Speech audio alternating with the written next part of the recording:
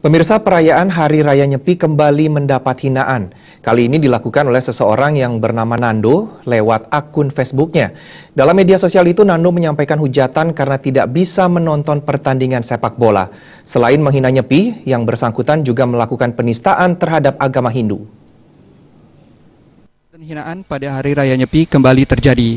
Kali ini dilakukan oleh seseorang yang bernama Nando Irwan Syahmali. Yang bersangkutan menghina dan menistakan agama Hindu karena saat Hari Raya Nyepi, ia tidak bisa menonton sepak bola. Selain menghina Nyepi dalam beberapa status dan komennya di media sosial, yang bersangkutan juga mengungkapkan ketidaksenangannya pada tata cara agama Hindu bersembahyang. Menanggapi adanya hinaan ini, Yayasan Jaringan Hindu Nusantara melaporkan Nando ke Polda Bali. Menurut Ketua Umum Yayasan Jaringan Hindu Nusantara, Wayan Kanta Adnyana, pihaknya akan melanjutkan hal ini pada jalur hukum karena kasus serupa pernah terjadi pada Hari Raya Nyepi beberapa tahun lalu.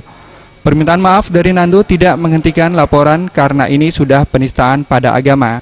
Sebagai seorang Hindu, Kanta Adnyana menyatakan pihaknya menerima permintaan maaf tersebut karena memaafkan adalah bagian dari yadnya. Namun penghinaan tetap harus diteruskan. Biar tidak menjadi presiden buruk di kemudian hari, karena hal-hal ini akan terus berulang setiap tahun. Oleh karena itu, dengan pelaporan dari lembaga-lembaga Hindu dan lainnya, mudah-mudahan ini akan menjadi efek jera dan merasa takut menghina agama yang sudah diakui oleh negara. Umpatan dan hinaan Nando dalam akun Facebook juga mendapat tanggapan dari umat Hindu lainnya. Semua balik mengecam dan menghujat Nando. Seorang malah berkomentar pedas pada Nando yang juga mahasiswa pada universitas berbasis agama.